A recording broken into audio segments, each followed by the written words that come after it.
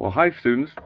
I just recorded you a really fine video on learning suites and digital dialogue, and then learned that all I have is a blank window there. And I called tech people, and they said, "Yeah, we're having that problem." I love learning suites, so I'm now on YouTube. So trying to send you a little video.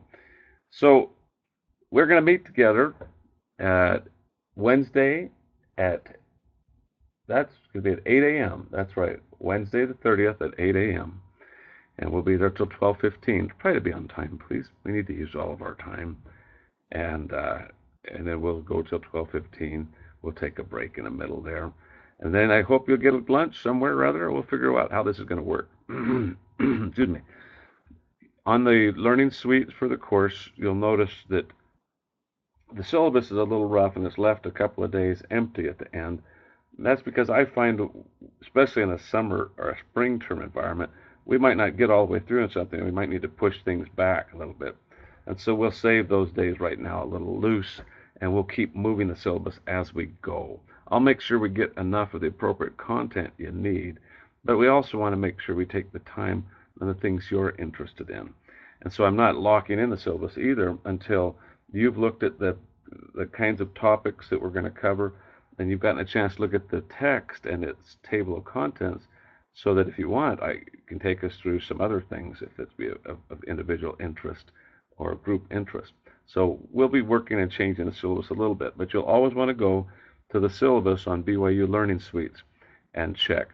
When you go to that syllabus, click on the tab that says Schedule or Schedule, and that will take you to what's coming up now, and you can see the whole term. Day by day, it comes up with the dashboard, which tells you what's coming up on the next time. And so if you go to that now, you will find that there's a little message on the dashboard that tells you that I'd like you to read chapters 1 and 2. And I understand that some of you aren't in the habit of, when you get a class, reading the first chapter. I always am, because I'm OCD, I guess. I have no threshold for boredom whatsoever.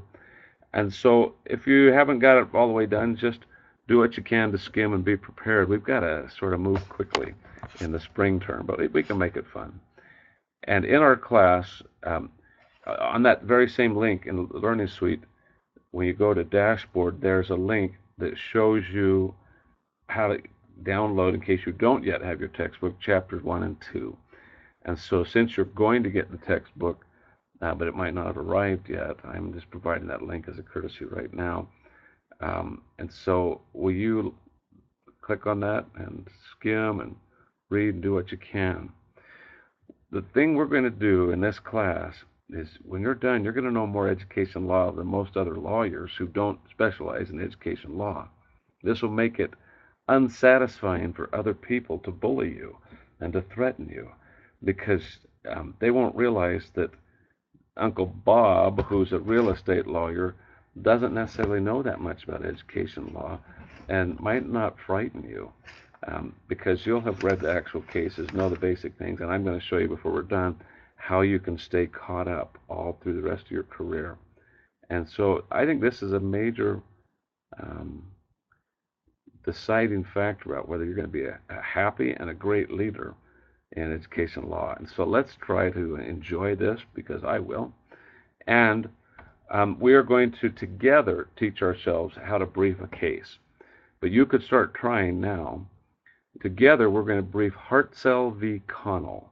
It's towards the end of chapter 2. Hartzell versus Connell, Connell, I believe.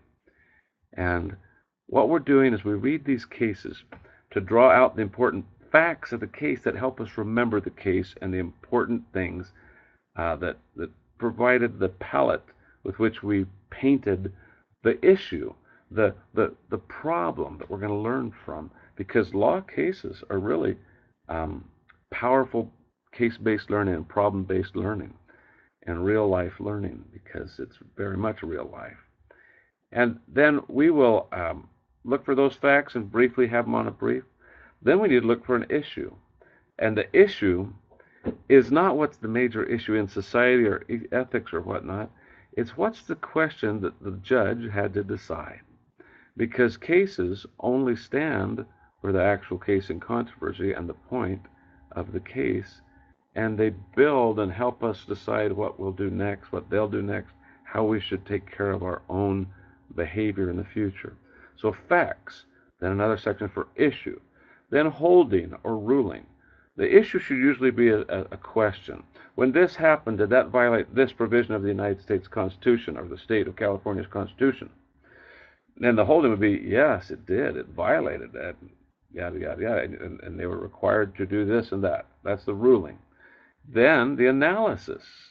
You're not going to do well on this necessarily your first time, especially if we haven't gone through it and talked deeply about it. But it's good to try.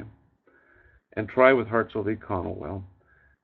The analysis is, well, why did the court decide that? What sort of test or syllogism or heuristic did it go through to say, well, when this, then this, because of this, then I thought this, and here's how the Constitution is applied.